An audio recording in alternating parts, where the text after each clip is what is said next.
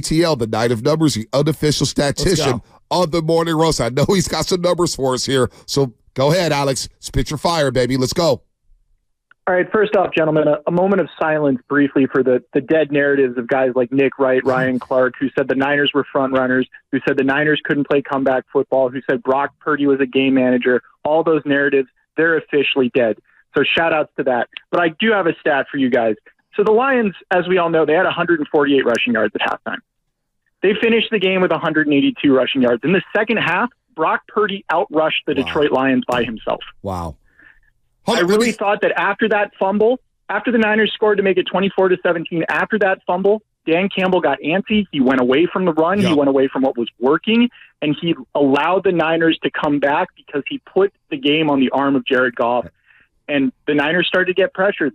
The Lions' offensive line worn down, and Goff just couldn't make the throws. The drops were happening as well from some of those receivers. And look, all credit due to Steve Wilkes for making adjustments at halftime like he needed to.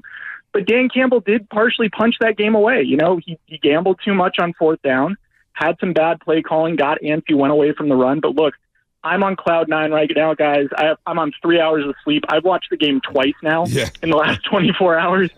And, man, I can't believe it. We're going back to another Super Bowl. Viva Brock Vegas, baby. Think about this, Shasky. Thanks for the call, Alex. Viva Las Vegas. When they went forward on the 4th and 2, Detroit, they had 168 rushing yards at that point. 168 rushing yards at that point. They finished the game with 182, so they had 14 the rest of the way. Dan Campbell did quietly go away. And Ben Johnson, Dan Campbell, they did get tight. As well as they coached in the first half, because they were running circles around Steve Wilkes and Kyle Shanahan. It wasn't even close. Kyle Shanahan got undressed in the first half. This is why they play two halves. This is why they play two halves. And Dan Campbell had to know they were going to get punched in the mouth. They knew the Niners were going to make a run. But for them to get that tight, Josh Reynolds dropping 2 straight passes, Jahmyr Gibbs fumbling, so many things just went wrong for the Lions. And this Lions fan, I swear, man, I felt so bad for them. As happy as I was about the Niners, I didn't have it in me to talk any trash to Lions fans. I saw the tears in their eyes, knowing that we're up 24-7 at the half. I'm sorry. Here's what I would say to Detroit Lions fans. And it's a great season. It's magical. It came to an end, and that sucks. We've been knocking on the door for so long. And I'm not trying to do comparative shopping on fan bases. They've been miserable for a long time. This is probably one of the greatest seasons they've had in most of their lifetimes. The Niners have done this over and over and over again. And I was getting to the point where I was like, I don't care about the regular season anymore. That's what I was thinking at halftime. Like, the regular season means nothing. From here on out, the rest of my life, regular season means nothing. If we're just going to keep losing in the playoffs this way, we're the Houston Rockets of the NFL. That's what it felt like.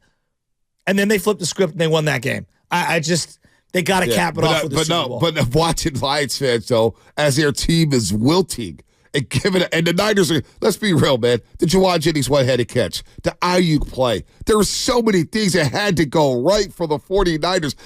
Brock Purdy scrambling around, hitting Kyle Juszczyk over the middle. I mean, it was just so much good. And for Detroit fans to sit there and watch that real time, I was like, damn, I feel bad for them. Yeah, well, they were down 10 with like 4 minutes to go. So, but after having a 17-point lead, it's true. He had a 17-point lead, dog, at halftime. I know. Halftime of the NFC title game. I'm not apologizing. I'm not apologizing at all. I'm just telling you, I didn't have it in me to talk trash to them because I was like, you know what? And I told him, I said, you guys got something special building. Now, Dan Campbell said after the game, we'll play this out a little bit later, he was on point. He goes, look, we may never get this opportunity again. I understand that. It's going to be twice as hard next season. That's why I appreciate what the Niners are doing right now. We've been to 4 NFC championships in the last 5 years. Who do you feel the best for? Because I think Trent Williams, seeing big Trent Williams play his entire career and not get to a Super Bowl and then finally get to it, he was extremely emotional. I mean, Trent Williams is up there. Christian McCaffrey's up there. Yeah, McCaffrey. It's a good call. Tashawn Gibson, who's played his entire career. This is his first Super Bowl, I believe, right? Tashawn Gibson, his first Super Bowl. I feel good for him. I feel good for Diamador Lenore. How about Shanahan? I feel good for Brock Purdy. I feel good for Aaron Banks. Feliciano got to start over Burford yesterday. I feel good for him. How about Colt McKivitz? We didn't say his name yesterday. You know why? Because Aiden Hutchinson did nothing yesterday. Well, he had a couple bats early. That's about it. George Kittle. Plowed him. George Kittle saying, I will be back in Super Bowl 54. You know what, Kittle? You are back in the Super Bowl. First half, I was like, where is Kittle? Where is George Kittle? First half. Where the hell is this guy? So I don't know, man. I feel good for Steve Wilkes. I feel good for this organization, and I feel good for 49er fans. Been through a lot. I remember SoFi 2021, how depressed. All the hugs we gave. Ask your boy Rocco how many hugs we gave to strangers. And I'll never tell the story. I'll always tell the story. We had to pick up Charles Haley after that game. That's how bad it was. We had to walk up to Charles Haley and say, hey, Charles, we'll be back. It's okay. And he's got his head down like he just played 40 or 60 minutes. So I live right near Lake Merced, kind of on the back of Lakeview. And Michelle said that the fireworks were going crazy. Oh, well, and I heard the Mission was off the hook. Yeah, I saw some videos of the Mission. I saw some videos. Was it pretty crazy? Let's save the celebrations, though. We got one more. Nah, man. We got one more. Soak this in. We got one more with the fireworks in the Levi Stadium parking lot. What's going crazy? They've been to 3 Super Bowls in the last, 13 years? Yeah. It's pretty crazy. Kansas City. It's pretty crazy. Kansas City's been to 4 in the last 5. Hey, I mean, like if you want to win one, what better way to win one than against what I believe to be the greatest quarterback who ever lived? To be the man, you've got to beat the man. We've beat one man in Philadelphia. They're down bad. I haven't heard from Philly in a long time. But to be the man, you got to beat the man. You know what? Oh, no, I don't want it to be easy. I heard from Philly yesterday. Really? Yo, they were tweeting at me at halftime. Were they really? Oh, yeah. Were they really? A lot of block buttons going up. Oh, really? Feeling great about Kellen Moore. Oh, yeah, Kellen Moore, the most overrated OC in the last 5 years. Keeps getting really good jobs for some reason. Yeah, I don't know why. Miguel in San Antonio. Great Miguel. interviewer. What's up, Miguel? What's happening? Yo, what's up, Vontae? What's up, Chasky? What's up, Victory baby? Monday. Let's pump it up. This is why I listen to the roast. I don't want to hear like last Monday when, different point of view. This time, I'll take the win. I don't care how it happened. Man, I'm a cook. Let me cook. It's going to be worth it. First of all, I've been a Niner fan growing up in the 80s, just watching them do incredible comebacks and incredible games. My kids now, this is their time to see this. They're used to just the Niners just going in there and smacking everyone. But these last 2 games, they know what a true football fan, a true faithful is, sticking with your team, just watching them do what they need to do, getting it done. Hey, I'm a roast a little bit too. My brother was at the game. He had B-Rabbit up there about 30 yards in his box. B-Rabbit was flowing. He was rapping. And then second half started. Man, his palms got sweaty. His knees got weak. Hey, that second half, those Lions, mom spaghetti on every play when it needed all over the field. You know what? We went from, let's talk about Brock, Purdy, magic. We went from Jimmy's happy feet to Purdy's magic feet. When he needed to get those plays done, 5 scrambles, man, 10 yards of rush, 3 third downs, he was doing it. It was amazing. And you know what? Everyone can see that deep. He saw Ayuk, that deep throw. He gave us a chance. Everyone can say, oh, that was an interception, whatever. But you know what? That corner had to make a play on that ball. Yep. But you know what? Brock and Ayuk, they got this thing. He knew, that's my guy. I trust you. And look at that arm. That throw. Wow. It was sailing. Yeah, it was sailing a little too far. That's what it was doing. Just like the first corner deep ball, the Ayuk on the left sideline. Ayuk had to turn into a quarterback on that play. Bro, he overthrew that so bad. Maybe God didn't give us a chance. I'm telling you, football man. gods. We were owed one, man. Listen, Jimmy Garoppolo, there were shades of that overthrow in the Super Bowl to Emmanuel Sanders. I know a lot of people get on that. Brock Purdy's deep ball was floating around. Can I ask a question? I know when a sports team wins, these random celebrities hop on the bandwagon. Oh, I can't. I never knew, and I've listened to a lot of Eminem. I've never heard him once rap about the Detroit Lions. Well, he's from there. No, I mean, I'm aware. Be his team. I'm aware. Not much to rap about. No, right. but was he at other games? He's been to a lot of games. Yeah. Okay, he's there a lot. Yeah. I don't see Eminem as that type to just hop on a bandwagon. I was just asking. I don't. The dye job that he's got going. Robert Saleh thinks that you should stop dyeing your beard. His most famous in booth. You guys remember when he was on with Kirk Herbstreit and Brent Musburger? It was a Michigan game way back when. He was zoning out. That's what he's most. He doesn't usually do interviews and he doesn't he doesn't like to be seen from the public. I find him to be very odd the last 10 years or so. He's grown up. Well, I just think the fame has made him very weird. Speaking of weird, the chat is pretty weird right now. Boy, I mean, we are killing it. Can you hit the like button if you're out on YouTube right now? Like, what are you doing? Can we get this thing to like 300 likes today? I mean, we know what time it is on the Monday morning. We know you guys are gonna come here, but boy, there's some weird stuff.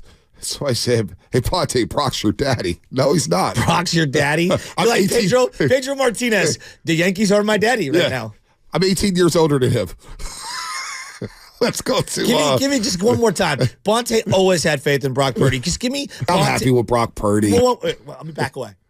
I'm happy with Brock Purdy. Does that not sound like a man who knows he has a franchise quarterback? Ponte, the more you talk, the more you make me nervous. After your performance last week, Shasky, I will be easy over there, keep buddy. It real, though. I will be easy over there for after all your performance last week. I am shook. For all the people that ripped me for Thursday, do you see why I thought that Detroit could do something? No, you were shook. Out of the Ponte playbook, I will take all 5 angles, and then I'll be right no matter what happens. See, Delachella tried to do that, and I let Delachella cook yesterday in the parking lot. He tried to say, Ponte, you're a radio artist. You take one side and say the other side to hedge your bet. I don't hedge my bets. I go all in on my takes. All in, it's all or nothing. And when I crap out, I admit when I crap out. You know what I'm saying? Takes every angle will be dissected. No. But he's going all in on that. There's context and nuance to everything. Context and nuance to everything. You guys you got to open up your minds, man. You guys are too narrow-minded around here. Let's go to Trey in Oakland. Trey, what's happening? What's up, Trey? Hey, how you guys doing this morning? I'm doing great, Trey. My favorite part of last night, and I don't think many people saw it, they had a 99-year-old World War II veteran on the screen, and he goes, bang, bang, San Francisco Niner gang. And I swear to God, I'm ready to jump out of my seats. But go, Trey. What up, baby? Hey, how you guys doing? Well, first of all, let me just start off saying congratulations to the Niners, you guys, going to the Super Bowl. I want to touch on a few things. As somebody who didn't have a dog in this race, I'm seeing how I'm doing the game. I thought Dan Campbell coached this game backwards. And I want to say this, Bronte, I want you guys to stay with me on this. Like old boy from Atlanta, I agree with some of the things that he said, who called in, and how he was describing the game. First of all, if you're going to be aggressive, I had nothing against that. When the score was 21-7, if you're going to be aggressive, when you're down to 5, I said go for the touchdown. Now, everybody said kick the field goal, take the points. If you're going to be aggressive, to me, that was the time to be aggressive because you're up 21-7. You could say, like you guys both said, the Lions were controlling the game. You could go for the kill shot right there. And I think if they score a touchdown right there, that's the kill shot. I totally agree. Now, totally agree. Okay, fast forward to the third quarter. When the Niners kick that field goal, now the Lions are up 24-10. Like you said, before he dropped the pass, he should have caught it. I was still in the mindset, well, wait a minute. Why are you going for it here? Get the field goal and match the Niners. That makes it 27-10. So you're still back up by 17. I just didn't understand his coaching method to this. Now, granted, he was a rookie coach in a championship game. So maybe going forward, he will learn from this. But I felt like I said, I'm not going to take nothing away from the Niners. They capitalized on it. But I thought he coached the game backwards. Let me tell you. I just didn't get it. Good call. Here's what I would say. My boy Delachella out there said it best on the car ride home as he was feeling no pain. Dan Campbell coached this game like he was in the Chico dorms playing Madden, 5 high noons deep, going for it at every single turn. Dog, respect the game. We've all been there. We all know. Take the points. If you're going to take the points before halftime, which I agree with, I would have taken those points too. Yeah, you go up 3 possessions. That was a smart move. Yeah, then why not go 3 possessions up in the third quarter? Yeah, well, at that point, though, I get it. It's a long field goal. Do you know what the conversion rate is in the NFL on fourth down? It's a 47. The numbers, the analytic geeks support Dan Campbell going for it, which, whatever. Well, wait. What analytics? Because a 50-yard field goal, the make percentage is better than the make percentage on a fourth down and 3 in that same scenario. Yeah, but you know what? I'm going to go back to the play call and what they were doing at that point. They were getting anything that they wanted. The Niners couldn't stop a nosebleed at that point. And the ball hit Josh Reynolds right in the chest. Yeah, but you got to catch it. Exactly. That's on the player. That's not on Dan Campbell. They went for it, which they do all the time. He's gone for it more than any coach in the NFL over the last 3 years. That's what he does. That's what they do. Why didn't you do it before halftime? Because I get it before halftime, 2.5. You're like, you know what? We can't go into the locker room by giving the Niners any ounce of momentum. Let's kick the field goal here to go up 3 scores at halftime. And because if you don't get it at halftime, you're up 21-7. Niners come down and score. All of a sudden, you're up 1 possession. You know what I'm saying? Yeah, I just go by the 3-score method. Like, I want to go up 3 scores. So I agree with the decision at the end of halftime. Right there, 4th and 2. You're averaging 7 yards a carry. You call a pass play. It hits Josh Reynolds right in the hand. Your playmaker's got to make a play. Straight up. Your playmaker who's made plays all year long did not make a play. And he dropped the pass. But anytime you go for it, I know, there's no doubt. I always look at it this way. Like, this is why, like, I have a theory in baseball. Put the ball in play. Make them field the ball, throw across the diamond, catch the ball at first base, right? Like, make them do multiple things. On a pass play on 4th and 3, you got to protect. You got to make a good throw. You got to make a good catch. 3 things have to happen. So to your point, maybe running the ball was the more prudent decision. I just think, take the field goal. Take the points. It's not a chip shot field goal, though. How long would that field goal would have been? It's over 70% on makes in the playoffs from that distance. We just saw Jake Moody miss one. Well, I'm just saying, it's 51. That's it. Jake Moody's probably was 80%, Shasky. I'm playing the percent. If you're going to go analytics, 51% on conversion rate for 4th down, 70% or more from that range of field goals. That's a 45-yard field goal. 45-yard field goal. It's not a chip shot. You know what I'm saying? And that's what they do. It hit Josh Reynolds right in the hands. Look, hit him right in the hands. Bonte, Dan Campbell's going to wear this all year. Oh, no doubt. His players need to own up to it, though. I agree with now the next 4th down decision. I did not like. You're down 27-24. Try to kick the field goal, tie the football game to guarantee yourself to be down 1 possession if the Niners score. The first one, I'm okay with that. I'm like, go for the kill. It is what it is. Josh Reynolds dropped it. He dropped it. He dropped 2 big passes in that second half. Huge. Their players tighten up, I believe. That lemon booty started looming large because they were thinking about the Super Bowl, maybe. I don't know. We can How could you not be thinking about the Super Bowl? You had a 17-point lead to open the game. Josh Reynolds catches that pass right in the hands. Detroit scores a touchdown. Game's over. And they were saying, boy, that Dan Campbell, what a genius. The most inexcusable one for me, though, the timeout at the end of the game. You have to make them get a first down. What is he doing? I don't even know why he's You're betting on an onside kick that never happened? Yeah. Yes. With a minute left. There was plenty of time. It made no sense. And they were attacking the middle of the field. Well, no, they just got stuffed right there, so it would have probably taken another 10 seconds. It looked like the majority of their plays leading down that drive were trying to attack the middle. I don't know. I didn't like anything I saw. Well, maybe the Niners defense is just giving up that middle stuff because you guard the sideline. You guard the sidelines in that situation. You want to make sure that they continue to run clock. You'll give up yards over the middle of the field. Know that they got to be in the scramble drill, but you don't want to give them anything on the sidelines where it can stop the clock and you make it easy on them. All right.